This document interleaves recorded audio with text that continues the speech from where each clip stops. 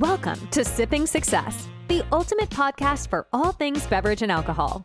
We are here to quench your thirst for insights, analysis, and a splash of entertainment. Get ready to dive into the world of beverages with us. From the latest trends to in-depth discussions with industry leaders, we've got it all covered. Whether you're a connoisseur or a curious sipper, Sipping Success is your go-to guide. Join us as we uncork knowledge, raise a glass to innovation, and help you elevate your brand to new heights. So grab your favorite drink, sit back, and let's sip success together. Tune in to Sipping Success and drink in the wisdom. Cheers.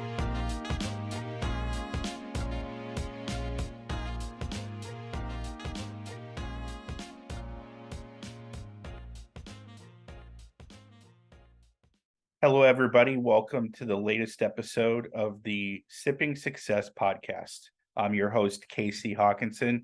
And with this episode, we're joined by Jason Reposa. He's the founder and CEO of Good Feels. He has championed and created innovative, non-inhalable cannabis and hemp products. With 2 successful business exits under his belt and over 20 years in the tech sector, he brings a wealth of experience to the cannabis industry.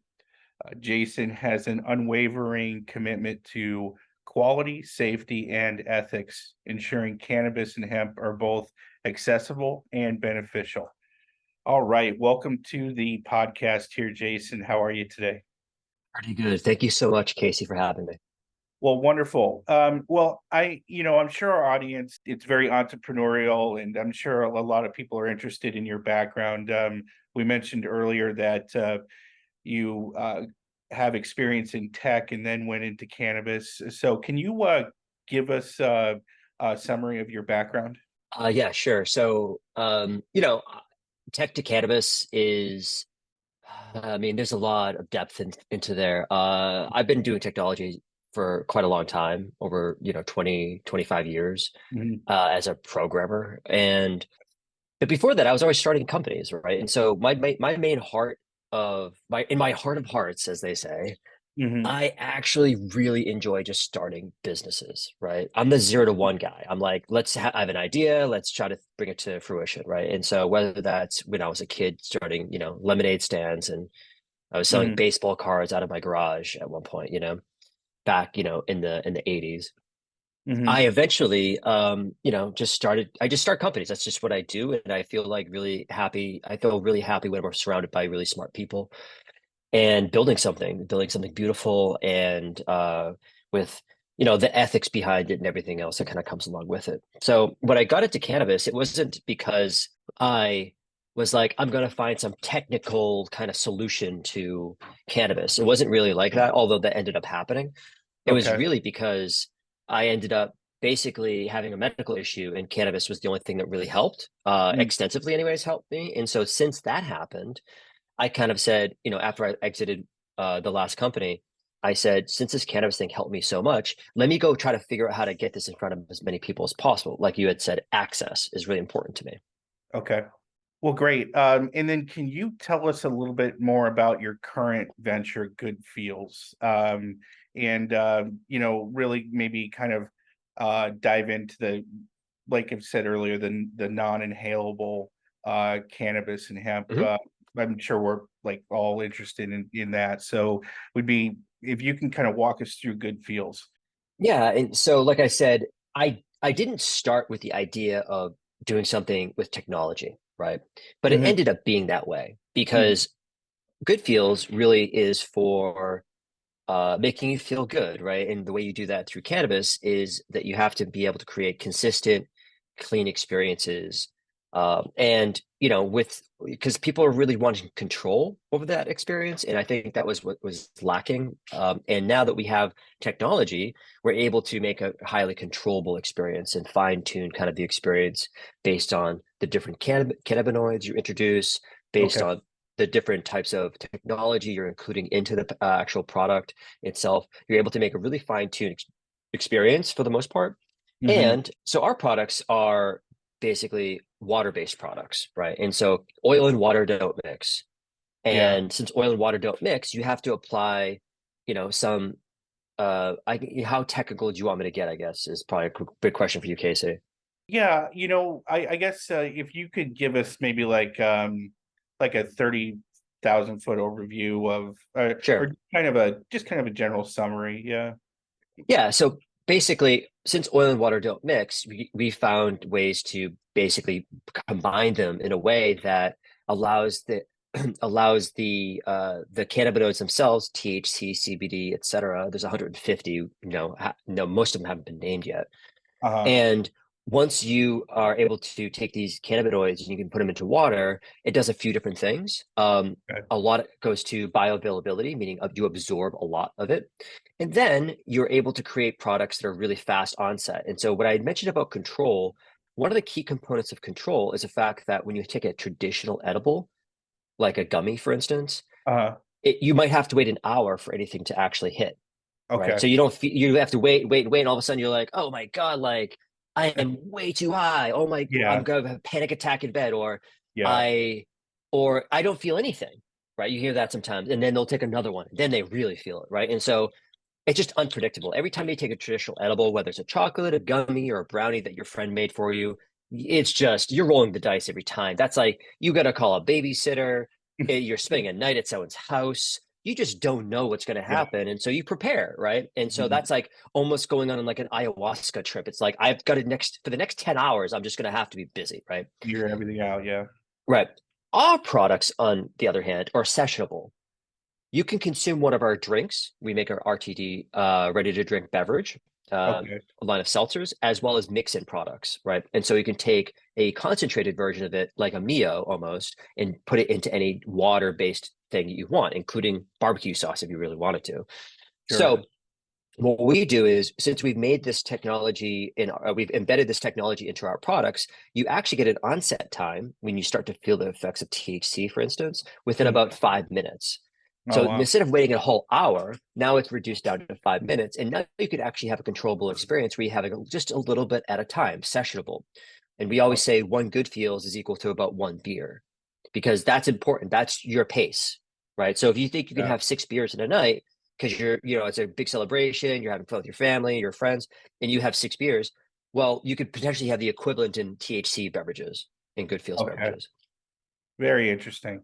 And so you mentioned like a lot of the genesis, a lot of this came from your own Mhm. personal experiences, like through health and wellness and whatnot. So what was the genesis of Good Feels? Was the same thing, like you were just going through something personally and you kind of stumbled upon this idea and got support and created the Yeah, technology? yeah, exactly. And so the for me, it was I suffer from a lot of stress. Uh-huh. I come home from work and I hold stress in my neck. Uh-huh. And when I'm clenching, and so my issue was that I ended up locking up my jaw. I couldn't open my mouth. Hmm. My mouth is just shut. I was on a liquid diet because I was under so much stress that my mouth was just clamped shut and I could not open it. Uh-huh. And I won't get into the gruesome details what I tried to do to open it, but it didn't work. Uh-huh. So I ended up looking up CBD and all this other stuff. And I was like, I don't know. I've tried CBD in the past. It's hot dog water. No one knows what's in it. It's like, it could be CBD, it could Yeah. not be CBD. The testing wasn't there. Like, it was the Wild West still. It's like 2019. Mhm. And we just wasn't sure what was going on. And so eventually I tried a product that actually helped me, and it was water based. And I was like, what's Mhm. that? That's different, right? And so once I tried it, I was like, oh, that's what CBD is supposed to feel like. I didn't feel it before. Now I actually felt it. So Mhm. now I was much more relaxed after work.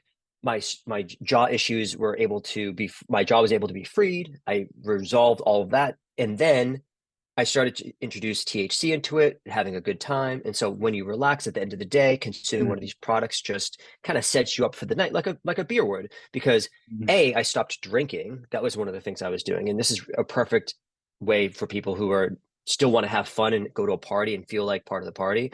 Like, this is Mhm. a great way to do it if you don't want to consume alcohol that night. Because Mhm. it's not like I'm advocating for everybody to stop drinking alcohol. It's not like that at all. It's really just like, Yeah. hey, maybe that one night you don't want to drink Yeah. one of these instead. So it's complementary. It's not supposed to completely replace all of your alcohol consumption. But Mhm. from my Interesting. perspective, yeah. And so my perspective on the technology side was, every time I tried an edible, I went through that experience of rolling the dice, and I was just sick of it. And so I said, well, with this technology, since it's so much more predictable, and I could basically be sober again after like an hour and a half, 2 hours. Yeah. I felt like this was something for people of my generation, whether they had kids, whether they just have back pain, whether they just want to have better sleep. Like you consume some of the stuff, and you feel great the next day. You don't feel hungover, Hmm. and you can function. You can still be around your kids when you consume it. I'm around my kids all the time when I consume it. I'll have a cracked one open, and I'll just be drinking in front of them. And it's not like I have to go, excuse me, daddy's got to go outside and vape something real quick. You know what I mean? It's Yeah. like, no, Yeah. I'm in my house just drinking, a drink. Yeah. Wow. That very, very interesting. So can you so in one thing that I thought was interesting is you mentioned 2019 being kind of the wild wild west. Really, I mean a lot of has happened since then, but really we're in 2023 now, not that long ago. So like how how has this experience been for you bringing this whole thing to market? The timeline has probably been very rapid. Like can you speak to just your experiences of bringing it to market and any challenges you had? Yeah, 100%. There is nothing but challenges in cannabis, whether that's because of the federal legality status, Hmm. where we are subject to, tax provisions like 280E, or whether it's just simply that like we're so heavily regulated within our own state that it's hard to innovate sometimes. Mm. So there's just challenges kind of everywhere, but they're not insurmountable. And even though I started back maybe late 29, early 2020 was really because I started dabbling in 2019, but I didn't really have a brand or business until 2020. Okay.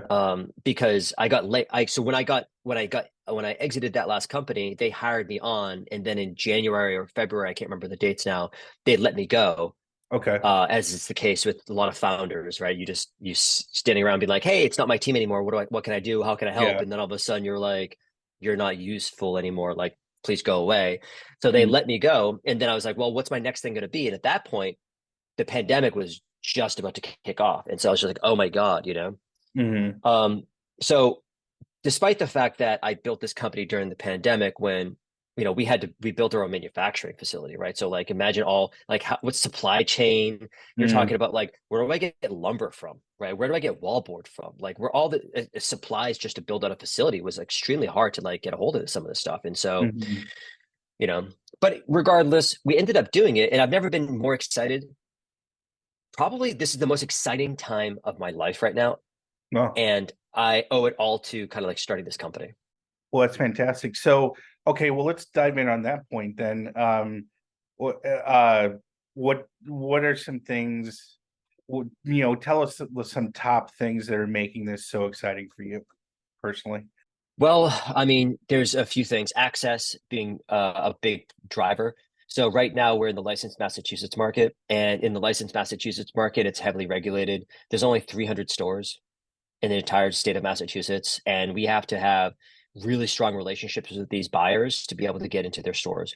It is Mhm. a painful process. There's no way around it. Like some of these buyers aren't sophisticated, and the ones that are sophisticated understand our product will sell gangbusters, right? Will be fantastic in their stores. But the people who are just maybe just are a little bit newer to the buyer world, we have to do a lot more educating to make sure that they understand what we are, what we exist, and why consumers love our products. Mhm. So with that said, access is hugely important. And right now it's really hard to get these products.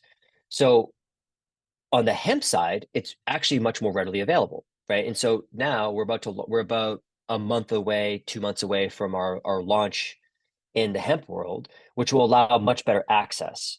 And with that access means that you can go onto our website and now buy it. Right now, you can't do that, right? Right Okay. now, it's Yeah. strictly you have to walk into a specific store and purchase it from a specific bud tender and show your ID 17 times. And Yeah. eventually you can find like a single serving drink for like $7 in the market. It's like, it's crazy what we have to go through right now.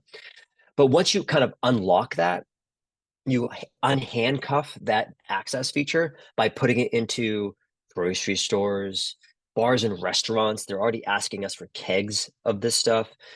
Any liquor store you could imagine. Having that availability and access is going to fundamentally change the people's lives for the better, because this is a great product. This is a great plant. This is everything about our products are just fantastic. Not only do they taste good, they make you feel really good, right? And the second thing it allows us is just access to the 3.5 million THC consumers in Texas that don't have a way to buy it right now legally, right? Right now, they have to, because our first launch is in Texas, and then we're going to expand outwards of Texas. Okay. So inside of Texas, there are 3.5 million THC consumers, and that's self-reported, meaning that's a probably really conservative number. It's probably closer to 4 to 5 million. Because you have to self-report, right? Who's in Texas be like, I smoke weed, and like raising their hand, right? Probably not happening that much. So 3.5 million of them, that literally there's 3 medical dispensaries. They're not even handing out any more licenses. There's no adult use market at all. And there's 3 medical licenses, but there's 3.5 million consumers, right? So from our perspective, once we're able to actually get into the Texas market in bars, restaurants, liquor stores, basically wherever craft beer is located, we can be right next to them on the shelf. Okay, interesting. In Texas, and you show your ID still. Yes, I'm 21 because you're if you want to buy alcohol, it's the same thing. You have to you still show ID. Yeah. And we're talking about low dose products, right? We're talking about a sexual experience. It's not like you drink one and you're high for 17 hours. It's not like that kind of level thing. It's like you try one, you drink it, and you're sober in like an hour to 2 hours. So with that access, it gets me extremely excited because this launch is imminent, right? We're talking about we'll be on the shelves in about 3 weeks or so, 2 to 3 weeks, and then we're going to be actually D2C on our own e-commerce store in about 4 to 6 weeks. So that D2C component on your e-commerce site, so you're still just going to be selling into the state of Texas, or would that D2C be nationwide? It's basically nationwide. There are some states we cannot ship to based on the laws, but for the most part, the majority of states, we can physically ship this product to these consumers. This podcast is brought to you by Mushroom Media, the go-to digital media agency for all things marketing. From crafting captivating campaigns to decoding social media sorcery, Mushroom Media is here to empower your brand and help you scale. So whether you're brewing, distilling, or concocting the next big thing, Mushroom Media has a solution for you. The state of Texas, that's really interesting. How, the stats that you relayed, of course, 3.5 million, Texas is huge. There's got to be even a much bigger market than that. How did Texas come onto your radar? Because, I sit here just, kind of biasedly with my own opinion. I'm in the state of California. So, and we know like California's laws have always been a little bit more progressive. How did Texas come onto the radar for you? Well, Texas approached us, Really? not the state itself, but an operator inside of Texas approached us, and since we had such a strong brand and brand presence in Massachusetts, and we have a great brand, and our drinks are so tasty that we recruited it in Texas, and we started those conversations a year ago. A year ago, October of last year. And so, but we weren't 100% sold on it in the beginning. And it took us probably another 3 to 4 months to get really comfortable with the idea, because one of our other competitors just did the same thing, not in Texas, but in Minnesota, and who has similar rules. Minnesota is definitely much more solidified in their rule base, but Texas also is super permissible with these types of products because you're low dose. It's not like I'm selling pre-rolls or a blunt or bowls and all this, I'm not selling dabs and stuff like that. We're talking about a low dose drink, right? And so since it's a low dose drink, it fits within the regulations that are already been established under the 2018 Farm Act. It's just that nobody was actually taking advantage of it. Okay. And so when they recruited us into Texas, we looked at Minnesota and we were like, well, it's probably going to be pretty good in Minnesota, but Texas is a way, way bigger market. So we'll just put all of our effort in just launching the Texas product. And even though it took us a little bit of time, and now we're finally coming to the end of that, it is extremely, Texas is going to be a very strong partner for us and a launching pad to get onto the other states that are either surrounding it or other states that are actually more permissible with these type of regulations. Okay. Very interesting. And then, so you guys are like you said, about 3 weeks away. Is that right? So 3 weeks to Texas, in-store Texas. Yeah. in store Texas, and so that I mean that's right around the corner for holiday time and whatnot. And I know your business is still young, but are there any seasonality trends to your business in terms of sales? Do you Yep. notice like an increase over holidays and whatnot? We definitely see an increase in holidays. Our biggest increases are over the summer, and that's just because in the Northeast it's winter time. Like we're in Okay. fall, we're about to enter winter, and so drinks are just not as popular during the winter. We Okay. expected this would be the case, and it's played itself over the last 2 years. With that said, in Texas you can drink seltzer all year round. You know what I mean? So it's Yeah. not nearly as big of an issue for Texans. But yeah, Yeah. there is some seasonality with specifically the RTD drinks. Our other one, which is our other SKU, which is the beverage enhancer. The beverage enhancer, which is the mix-in, kind of like the Mio for weed. That particular product, it doesn't have seasonality because you can put it in your hot chocolate. You can put it in your hot toddy. You can put it in whatever you want. You know what I mean? Like it's just goes into everything. And so if you still want to relax at the end of the day, you don't have to crack open a seltzer. And not everybody likes carbonation, right? Not Yeah. everybody likes our flavors. Like our flavors are delicious, but grapefruit can be polarizing. Not everybody likes grapefruit, right? So if they don't have our particular flavor that you like, you can buy a beverage enhancer, and it's the equivalent of about 20 of those drinks Okay. in one little bottle.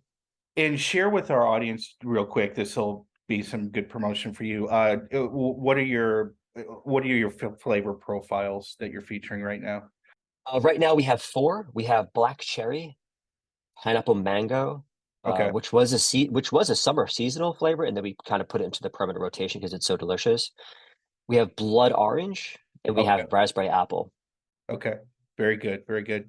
And then let's talk about like maybe go back to kind of high level there. That Texas story is very interesting, but what's think into next year, or maybe tell us something about your plans going into the future. Like what sort of trends and developments are you keeping an eye on or keeping yourself educated? Mm. Like where do you see some things go for you? Yeah, so the biggest things that we're looking at right now are regulatory changes, right? We're always trying to keep abreast of every little detail that gets shipped over in whatever state it might be. We're listening to all the states right now because you never know when things are going to become more permissible. Because all of a sudden, this Texas opportunity, nobody was taking advantage of these rules up until about 5, 6 months ago. So we're Okay. still very much like part of the first group of companies to actually take advantage of this stuff, who recognized the option or the opportunity. And so regulatory stuff is definitely where a lot of our, not a lot of, but like a good focus is on. And then just providing really great experiences and really great products to consumers. That is probably our number one thing right now. We have some new product launches that are coming out that we're really, really excited about, that address some core consumers that we've kind of just we paused on addressing right away in our first Okay. iterations of products, and now we're coming back and saying, like, listen, we've got this giant consumer segment that would love our products if we just formulated it a little differently. And so that's Okay. what we're doing right now is we're in Interesting. R&D, formulation changes, introducing new products that address specific avatars in the market that we know have a giant appetite for products like this. What are some of those avatars? Well, like the heavier consumers, right? So a lot of people who are smoking Okay. don't necessarily want to smoke anymore. Whether it causes lung damage or not, it's not my debate. It's not Yeah. but there's a perception that it does. Mhm. And since that perception exists and people are, when they're smoking, they can cough and stuff like that. Not everybody wants to go through the rest of their lives with that experience. So they're going to need something as an alternative to that speaks directly to that type of consumer. Because Mm. occasionally people will come back to us and say, I love your products. I just wish they were stronger, right? Or I'm a smoker and I use your products as like when I'm not smoking, I use your products, right? But I wish I wish it had more in it because Okay. or could you have a supersized version of this because I go through it so quickly, right? Hmm. So things like that we've been listening to often over the last 6 to 9 months, and we were like, we should address this at some point. And we Yeah. have probably 12 to 15 products we've developed that we have not launched ever, Oh right? wow. Okay. We are R&D people through and through, and I love creating products. That's kind of where, like, I love running the business, of course, but creating products is kind of where my heart is, and that's where I get a ton of drive and passion just putting out like something that's really, really cool Mhm. just is nothing. I have nothing delights me more than putting out a product that people love. Yeah. Well, that's great. And you've been listening to the Sipping Success podcast. My name is Casey Haakinson. I'm the host of Sipping Success, and we have been joined by our guest today, Jason Reposa. He is the founder and CEO of Good Feels. It's been a fascinating journey with you here this afternoon. We are getting kind of towards the end, sadly. It's been a very interesting conversation. But Jason, for the segment of our audience out there that are maybe a little bit younger and kind of up and coming in the industry, what sort of advice would you give? You've given us a really good journey of your career, going from tech to where you are now, and really your passions, which are creating product. So, generally speaking, what sort of advice would you give to a younger person? My number one advice, actually, I'm not going to give you my number one advice. You tune in for the second episode for that one. Okay. But one of my strongest pieces of advice for people who are coming up, whether it's in this industry or not, is that, when you're first starting out in a new career, you basically have to eat shit. So, and that's like, you just have to get comfortable with the uncomfortable Mm, and push yourself, push yourself. And I'm not talking about like 996, right? I'm not talking about like 9 a.m. to 9 yeah. p.m. 6 days a week, but I am talking about, but you do have weekends, right? And those weekends, if you're working at a 9 to 5 right now and you want to get better or go into a new career, take advantage of those weekends. You got a ton of hours to make up on those weekends that you can do really good damage in creating a really strong career for yourself. And Yeah. I actually posted about this today on LinkedIn, which is, if you're not happy with the path that you're on, you got to start working on changing that path, because it's not about the destination, it's about the journey. It's about all the things you do on a day-to-day basis. It's going to make you, that's really the fulfilling part of it. When you get to the destination, Yeah. because like I said, I've had an exit, right? I've had 2 exits. And at the end of that first exit, I was like, now what? I Mm, got to the finish line. I planted my yeah. flag and I said, yeah, I did it. Got to the mountaintop. But then within a day, I was like, now what do I do?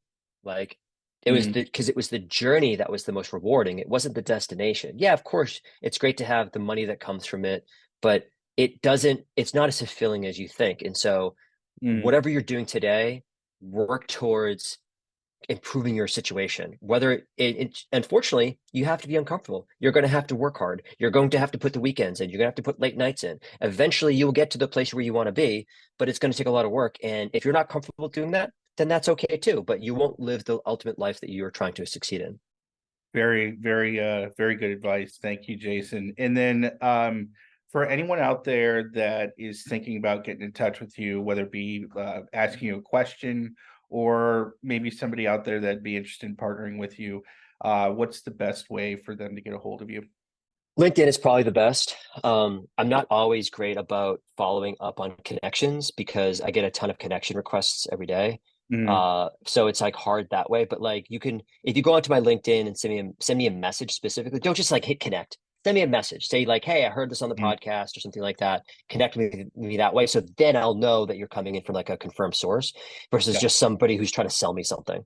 yeah, yeah. That's wonderful. Well, thank you for that insight, and thank you for the conversation today. Really interesting to hear your journey. And you're right. Perhaps episode number 2 is forthcoming. So we'll be in touch. We'll be in touch in the new year about that.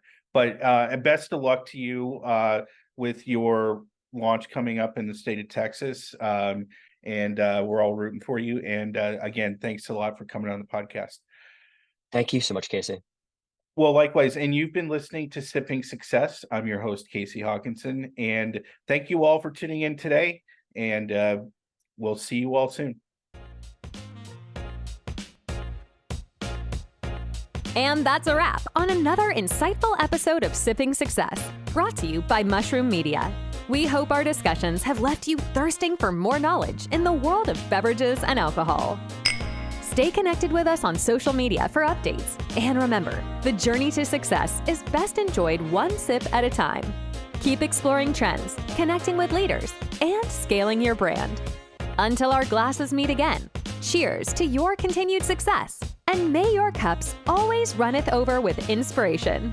We'll catch you in the next episode.